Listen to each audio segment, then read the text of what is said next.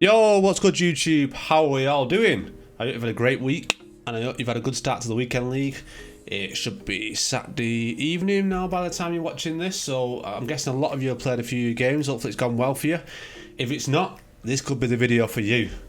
This has been a bit of a heavily requested video over on Twitch TV, where I stream 6 days a week.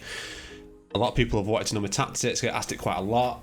I've kind of put it off a little bit just because we had Elite 3 weeks ago, then the week before, sorry, the week after that, I got Gold 1 just because I did a 12-hour stream and I had like 2 hours sleep, and on the Sunday I was really tired and I couldn't really concentrate, so I just missed out on Elite that weekend. But I felt that if I wasn't tired, I would have easily got it. And then while the weekend just gone, I comfortably got Elite. I had like, I think it was 2 games to spare and we went for Elite 2, but we just missed out. So I feel like the time's right now. I feel like the tactics are working well. I'm really happy with them. I feel like this weekend I didn't really change from the formation I'm going to show you much. But I'm going to stick with this one formation and go over it in a lot of detail, just as a starting point for you all. A formation that will work against kind of most tactics, most formations, and it is really consistent and allows you to use different styles of play as well. As well, guys, if you're enjoying the content, don't forget to comment, like and subscribe. We just hit the 100 subscriber mark, so thank you for that, really appreciate it. Now obviously we need to reach that 1,000 subscriber goal, so hopefully we can start working towards that now. So if you are enjoying the content, guys, that'd be fantastic. I'd really appreciate the support. So without further ado, let's get into it. So this is the team that I used the weekend just gone. We got Elite 3. Like I said, we went for Elite 2, but we just missed out on it. Really solid team. For those that don't watch me on Twitch, this is the road to glory. So no FIFA points spent. This is all done through playing weekend league, playing through rivals, playing squad battles, objective based, and SBC. So this kind of shows you what you can achieve without spending any coins. And I feel like it's a pretty strong team. I'm quite pleased with it, and it performs really well. But just to give you a bit of an overview, the back line, like they said, Militao is absolutely incredible, with PK next to him, really solid. I'm the kind of player that really likes to use fast fullbacks. I like to involve my fullbacks in a lot of my play. So having Carlos with 92 pace and Semedo with, obviously, he's got his 93 pace, that really allows me to bring these guys into the game and push them forward a little bit, with not running the risk of getting caught out. So this is something to bear in mind on this tactic as I talk to you about how I use it. You probably want to have fast fullbacks because they're quite key into how probably a lot of the goals come about using the fullbacks to build up some of the play, some of the tactics that I'm going to talk to you about. And then in the holding positions, we've got De Jong and Sissoko. There are 2 CDMs, which are really solid. Against Sissoko's just your powerhouse. Conveniently, I've got powerhouse chemistry on him as well, but he obviously just gets everything. And De Jong's the player that kind of keeps things ticking over, keeps getting the ball. Sissoko will give it to De Jong, and then De Jong will pass it on to the attackers. And the attacking players, obviously, you've got Mbappe, you've got Ben Yedder, you've got Dembele, and you've got Martial. Martial's the only real weak link. I want to replace him for Neymar. That's my plan. Well, that's the squad I'm using. Just a little bit about it, what I think of it, and the reasons why I've got some of the players I have. But let's get into the tactics. So the tactic I'm going to talk to you about, and this is the one that I go to every single game. I start every game with this. This weekend I very rarely went away from it into the 4-2-2 and the 4-4-2. So I will save those tactics for another video. I'm just going to concentrate on the 4-2-3-1. This is how I start. This is my tactics for the 4-2-3-1. Nothing too drastic. As you can see, it's not drop back. It's quite low depth, but the way the instructions are done, it'll like understand why we kind of do it the way we do it and how I build up and play. So we're on defensive style balanced. We're on 4 bars for width. It keeps your defensive line quite narrow, but not too narrow. You get caught back on the wings, which will become clearer as I go on. Depth 3, which I find's not too deep, not too high up. It's a nice balance between not playing drop back but still having, not running the risk of getting caught out with free balls and over the top balls. An offensive style is really simple. Balanced 5 and 5. The default corners 2 and free kicks 2. The only reason why I do this on corners and free kicks is because on corners I find that corners are pretty useless this year. You very rarely score a header from corners, and you generally play it short. So there's no point in having tons of players in the box just to get caught out on the break. And then same with free kicks again. I don't really think there's much difference between 3 and 2 bars, but I just like to make sure I'm not going to get caught out in any of these situations, especially in weekend league. Last thing you want is to take a corner or a free kick, lose the ball, and get caught out. There's nothing worse. So that's the tactics, and I'm going to jump into the formation here, show you the setup. Obviously, you've seen what I've got at the back. We've got Stegen in net, Militao and Piqué centre-backs, Carlos and Semedo as the full-backs, Sissoko and De Jong as the defensive midfielders. You've got Martial as the lamb, Mbappe as the cam, and Dele as a ram, and Ben Yedder as the striker. Let's get into the instructions, because this is where it's going to kind of change depending on who you've got. So, this is Ben Yedder at the moment. This is the stuff I have on him. I'll just switch back because that's not how I usually start. So, with Ben Yedder, I use balance width, mix attack, normal interceptions, and come back on defence. Because I think he's got high work rates, if I'm not mistaken. So with Ben Yedder, he gets about, and because his work rate's really high, I find having him stay central is no need. I like the fact that he gets about. He's busy. He'll always get back into that central position without telling him what to do. So if you've got a player like Ben Yedder, he's got high work rates, good speed, gets about, and he's not really a free ball player. He's got decent pace, but he's not the kind of player you want to play it through all the time to. They're what you want to have on that. But I'll give you alternatives. So you've got the kind of player that's got low work rates or medium work rates. Make sure that you stay central on him, because if they've got low work rates and they go out of position from the striker position, because bear in mind you've only got one striker, they won't get back into that central position, so you'll find that your striker's out of position a lot because he hasn't got the work rates to get back into that central position. So if your striker has got medium work rates, for example, I would do stay central. And if I had Mbappe up front, I would also stick getting behind on him as well. So if you've got a really fast striker, stick getting behind on him as well. But that's just a couple of options for you, depending on your striker. Also, defensive support, come back on defence as well on your striker. But again, 3 different options there, depending on the type of striker you're using. I really think it's important to kind of give you these kind of options and how to tweak this formation to suit the players you've got, rather than saying, this is what I use, this works for me, it should work for you, because it all depends on the types of players you've got there. The tactics and the formation are set. They're the things that will be the spine of this formation. But this area here, the instructions, is where you can really kind of tweak how you're kind of using your players. So for my cams, this is really basic. I've got come back on defence on all the cams, and I don't touch anything else. Again, I'll talk more about why I kind of do this in a minute, and why I have all these players on come back on defence in a moment. My 2 CDMs, I've got cut passing lanes, stay back while attacking, and cover centre.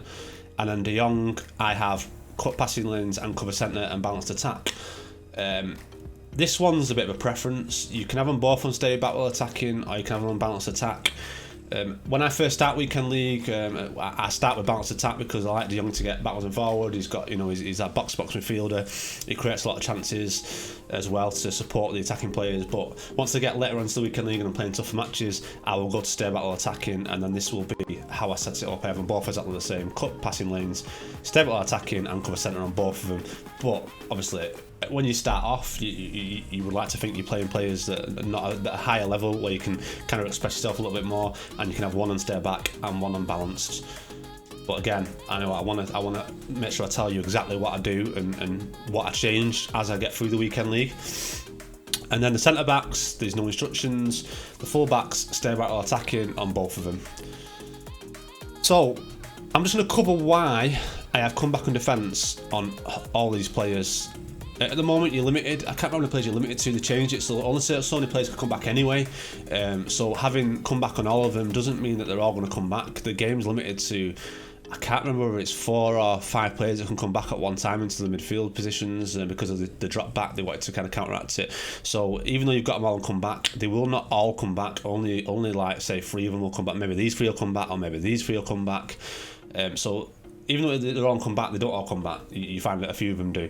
The key one for me is on this is your lamb and your ram. So because we play 4 bars width from the defence, it's key that your left midfielder and your right attacking midfielder, so Marshall and Dembele on this point, they come back and support the fullbacks, and they drop in, and then because I have my centre defensive midfielders on cover centre, you're not exposing yourself in them areas, so you're basically almost doubling up on the left side of the pitch and the right side of the pitch. So you're playing the teams that play wide formations.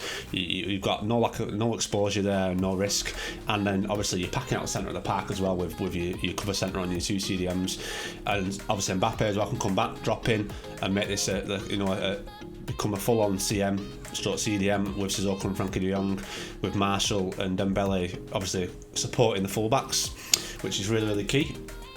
So that's why I do that. And I want to reiterate how I said about I use wide play a lot. With having all these players who come back in defence, you find that you don't have a separation in your play. So normally you will have like your centre back line, you'll have a midfield line, you have a striker line, and there's quite big gaps on the pitch, so you'll have like, your fence will be here, midfield like, here, there's quite a big gap in between, and your strikers up here.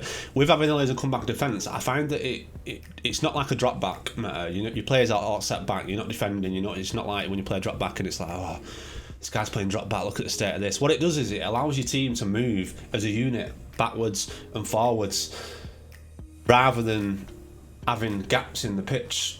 And I play quite possession-based football. I get the ball at the back, I'll play it up, I'll play it into some CDMs, and I'll play it to my cams, to my wingers, and so on. So it works for me that I've got a formation that is fluid, so my players come back and forward together, and they can build up the play together. And I will just go over kind of like why I have for fast fullbacks. I find a lot, I'll pass between CDMs, okay? This is a really key tactic for the 4-2-3-1 as well, and you really want to exploit the wing play in this formation, which exploiting the wing play will cause gaps in the centre of the park as well for you to pass it back across, do the bit of the sweat goals where you pass it across and tap it in.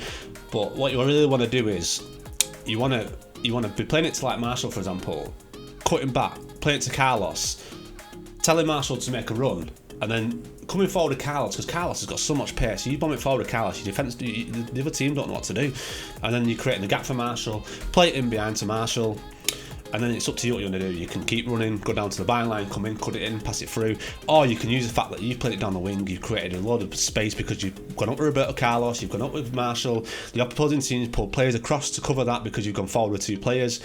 On the off chance they might get the ball and break on you, or you can just come back inside, pass it to Mbappe. You can even go back to Sissoko or whoever you've got there, and vice versa. The same on the right hand side. Make sure you're linking up between Dembele and Semedo. Even though your fullbacks are on stay back, if you pass it to them, you're going to involve them in the play, and they will build up. They will build up and come into the attacking play, and then go straight back to the defensive position. So it takes away the risk of getting countered, and it's a really, really key thing to do on here. And then the other thing as well, because you've got 2 really strong CDMs, you've got a box-to-box CDM with a full-on defensive CDM, it allows you to also play through the middle. It's such a diverse formation, and the fact you can play so many different ways is what makes it, I feel like, probably the strongest formation this year, and why a lot of pros use this formation, and why I really enjoy it. And having Ben Yedder and Mbappe, these 2 guys, again, 1-2s of each other, they interlink, they cross over, Ben Yedder will come back, Mbappe will go forward, and so on. It is a very team dependent as well. You really need to have like fluid players that you can work with and make sure they're swapping over in the play, and that when one of these get the ball, you're gonna be able to create chances with them. Dembele's 5-star skills, Mbappe's 5-star skills.